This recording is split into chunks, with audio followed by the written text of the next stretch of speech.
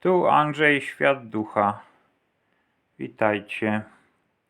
Dzisiaj chciałem zastanowić razem z Wami nad tym, czy się daliśmy skontrolować. Czy żyjemy pełnią przeżywania, czy tak na co dzień jesteśmy w stanie czuć radość, czy możemy się spontanicznie ruszać, tak bez kontrolowania tych ruchów. Czy też czujemy sztywność. Efekty kontroli mogą być takie, że nasze ruchy są sztywniejsze, że nasze mięśnie są jakby zesztywniałe. Możemy się czuć, że nasze ruchy są w pewien sposób sztuczne, nienaturalne, a nawet zesztywniałe, czy stężone, i to w taki sposób nawykowy. Z jakich powodów możemy się tak czuć? No, oczywiście są osoby, które w naszym życiu też jakoś próbują nami sterować, próbują przykrajać naszą aktywność do potrzeb, czy to rodzinnych, czy to w pracy, no zależy. Natomiast potrafi to być do tego stopnia ta kontrola ruchów, żywotności, że taki człowiek może się czuć zniewolony wręcz. I dajmy na to, może się czuć wypalony w pracy albo odrzucony w rodzinie, niezrozumiany, przygnieciony.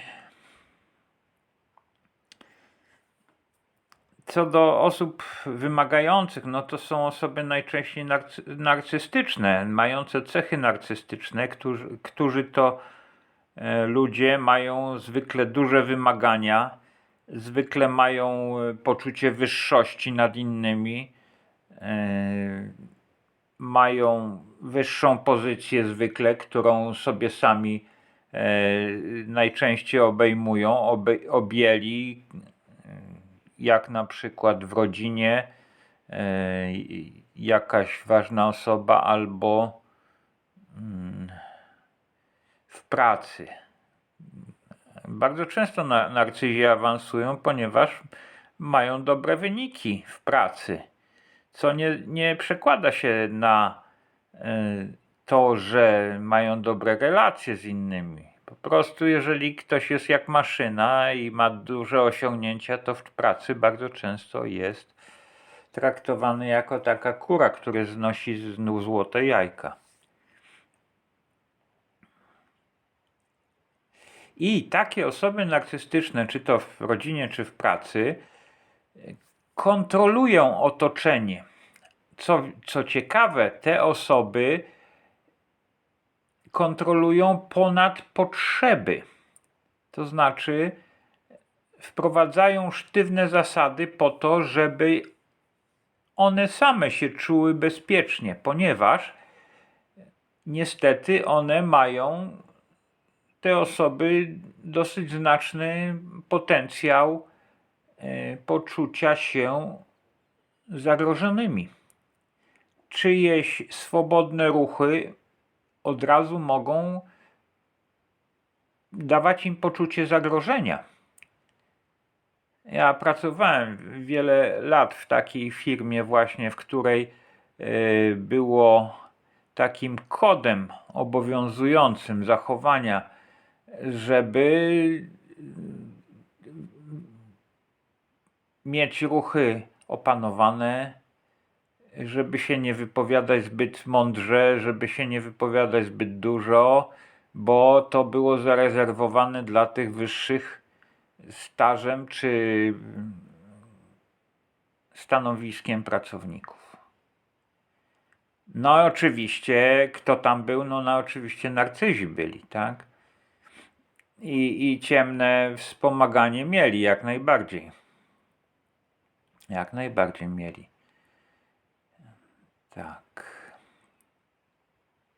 I teraz osoby, które pracują z takimi kontrolerami, niestety są poddane wymaganiom, że wymaga się od nich sztywnych postaw, sztuczności, na przykład na zebraniach.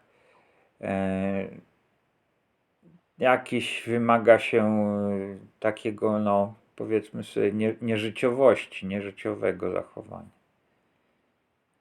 Nieżyciowego w rozumieniu, że niezgodnego ze swobodą.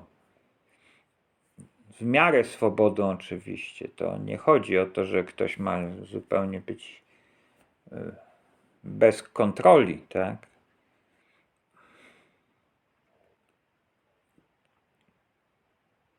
I tacy kontrolerzy często wymagają sztywnych postaw, sztuczności, no, podległości.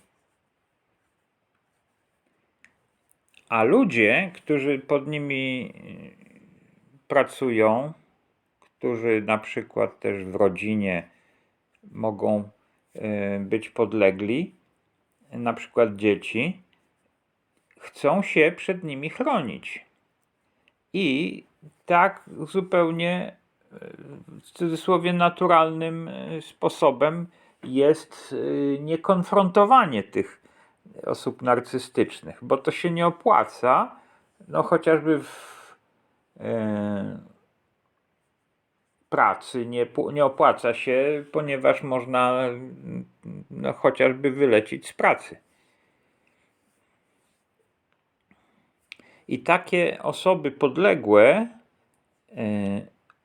mogą na przykład w ciele tężeć, stężeć mięśnie, że te mięśnie ich nie będą tak swobodne, albo mogą udawać gorszych, gorzej wykształconych, gorzej zorientowanych, takich przygłupów można udawać, zapracowanych można udawać, przejętych tym, co się robi, można mieć jakąś minę taką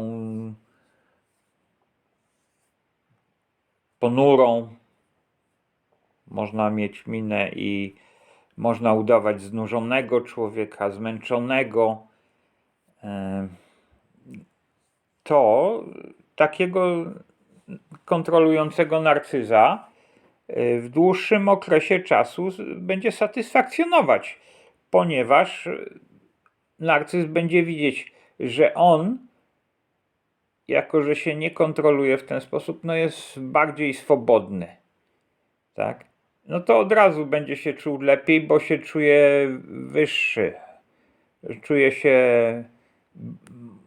jakby w lepszej pozycji. To wystarczy tyle, żeby mu licznik klikał, żeby się czuł lepszy. Od tego zmęczonego, od tego znużonego, przejętego jakiegoś pracownika albo dziecka, jeżeli to jest rodzic, może widzieć, że dziecko ślęczy nad lekcjami i od razu będzie się lepiej czuło ten narcyz czy narcystka, rodzic, no bo widzi, że sam nie musi już odrabiać lekcji, a ten dzieciak no musi i tam ślęczy i tam drapie się w głowie, tak. Także to satysfakcjonuje narcyza i to są efektywne sposoby radzenia sobie, ale niestety osobę zależną od narcyza wprowadza to w tryb podległości. Tryb takiej odejścia od zdrowego przeżywania w ciele. Wprowadza to człowieka w tryb taki, no, jakby nie było, sztywności właśnie, takiego nie dawania sobie przeżywania w ciele czegoś, tak? Także sama obrona taka zachowaniowa przed narcyzem może być niezdrowa.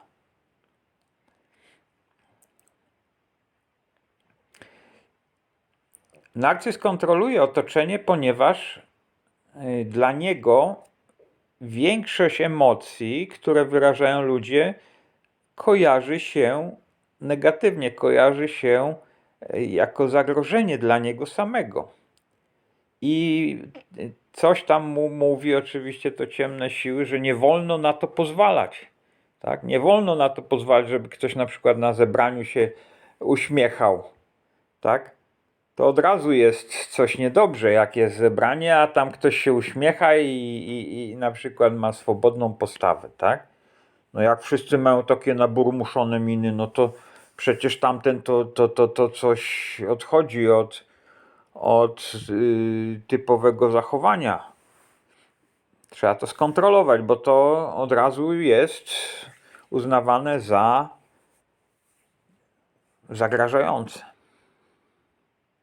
Co więcej, taka swobodna postawa też powoduje, że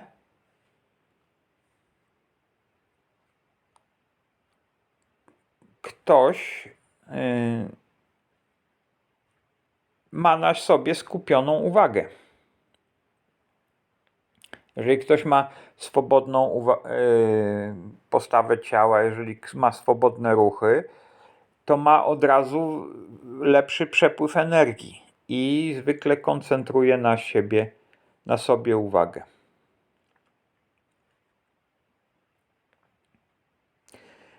A dla narcyza jest to zagrażające, no bo przecież to na nim ma być skontrolowana, skupiona uwaga, prawda?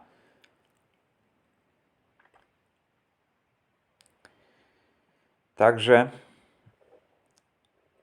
tutaj mamy ileś tam elementów takiej sytuacji kontrolowania i pytanie, czy ty się dałaś, czy dałeś tak skontrolować, czy podlegasz tym wzorcom kontroli, czy masz w sobie nawykowe zachowania dające podległość, dające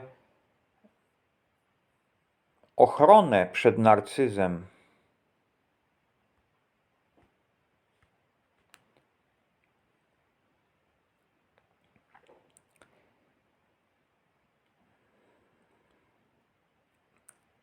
Ostatnie dwie rzeczy. Czy pozwalam komuś być naturalnym? Jeżeli mnie skontrolowano, może tak być, że ja też mogę kogoś takiego bardziej swobodnego uważać za osobę zagrażającą. Jeżeli ja się postarałem i stłumiłem u siebie żywotność, to tamten ktoś też. No niestety to jest taki wirus tego narcyzmu.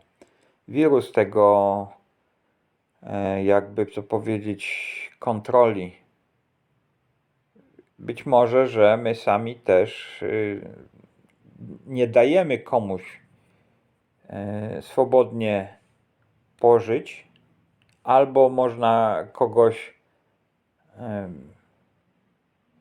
przykrawać, jego zachowanie, blokować, hamować, tłumić, sugerować mu, że za głośno, za intensywnie.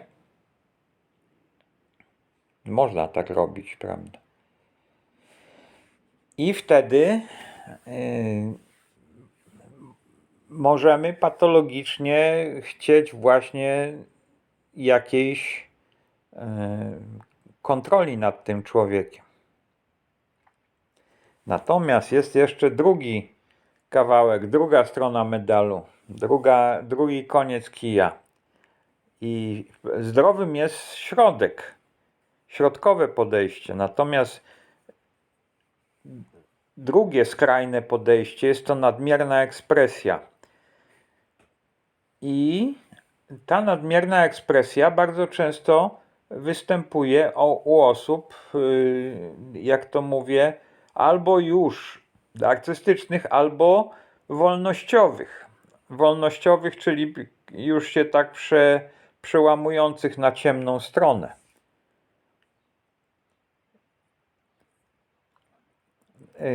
Osoby te wolnościowe, przechodzące powolutku duszą na ciemną stronę, bardzo często mają frustrację, że nie mogą swobodnie żyć, że nie mogą swobodnie się przeżywać emocji, nie mogą przeżywać swojego życia i zaczynają się buntować.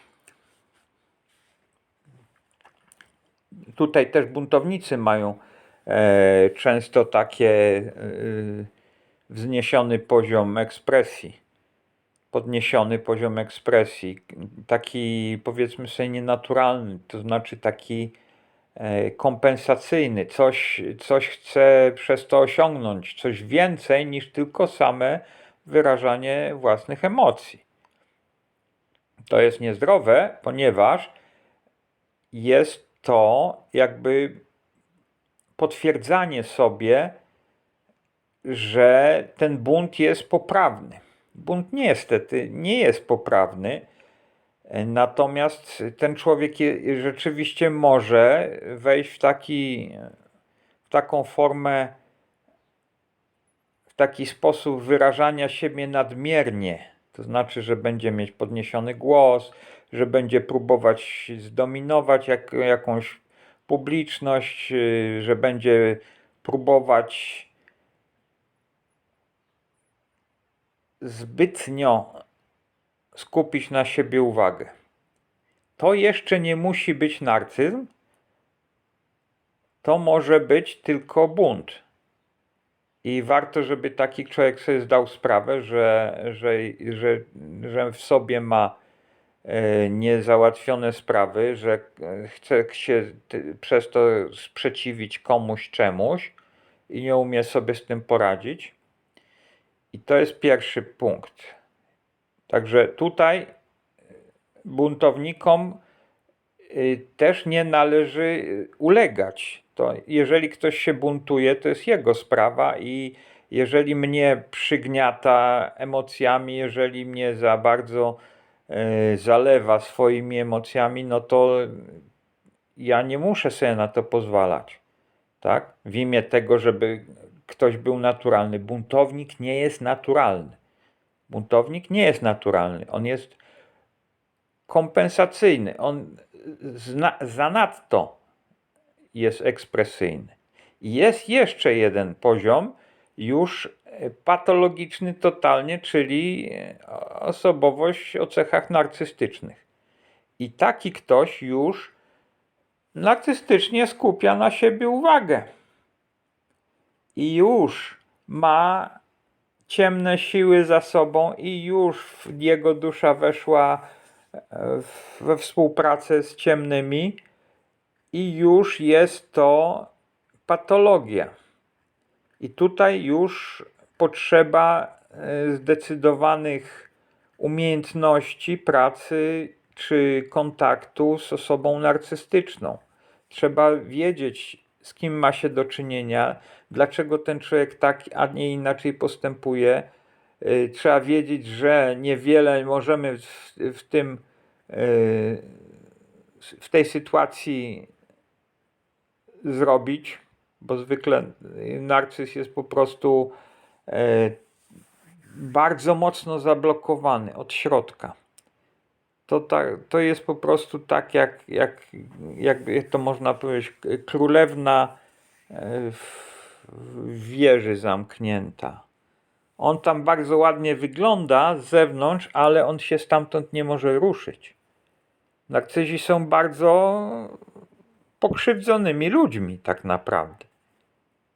Tego może tak nie widać, bo tak jak mówiłem, no mogą firmom przynosić krocie zarobków, ale to są ludzie no mocno zaburzeni. I ci ludzie zaburzeni narcystyczni, co mają właśnie takie poczucie wyższości, również w ruchach, również w ekspresji. I narcyz, jeżeli będzie miał ekspresję, to on w tej własnej ekspresji też będzie dążył do przewagi nad innymi, też będzie dążył do zdominowania środowiska. Że on po prostu tutaj jest tym, który nadaje ton. Że to, on może na przykład mówić więcej niż inni, tak? Może być na takim stanowisku, które mu umożliwia mówienie więcej niż inni. Przechwalanie się swoją wiedzą. Nie będzie bezpośrednio mówił, wiecie, no bo ja jeszcze wiem to i to. Nie, po prostu on będzie mówić i to jeszcze i powie, i tamto jeszcze powie, i śmam to, i tylko nikogo to już nie interesuje, ale on będzie nadal nawijał, bo jego po prostu wielkościowe podejście jego samego zasila. I jeżeli on jest w otoczeniu, które akceptuje to już samo jego mówienie będzie go pompowało. Będzie zasilało go narcystycznym zasilaniem. No dobrze, także dzisiaj mieliśmy temat na temat, czy daje się skontrolować. Ja oczywiście robię błędy. Mieliśmy temat na temat, nie? Fajny. Czy daje się skontrolować, czy żyjesz pełnią przeżywania swojego niezaburzoną? Czy twoje przeżywanie jest nadal łagodne, radosne, żywotne, czy też weszłaś w sztywność, sztuczność, stężenie? A może wręcz już jesteś w takim punkcie, w którym kogoś chcesz też kontrolować. To już jest jakby drugi poziom zaburzenia. Mam nadzieję, że to, co tutaj powiedziałem, pomoże Wam zobaczyć siebie i ewentualnie skontrować to, zmniejszyć te kłopoty u siebie. Chociażby sama świadomość tego i same zobaczenie.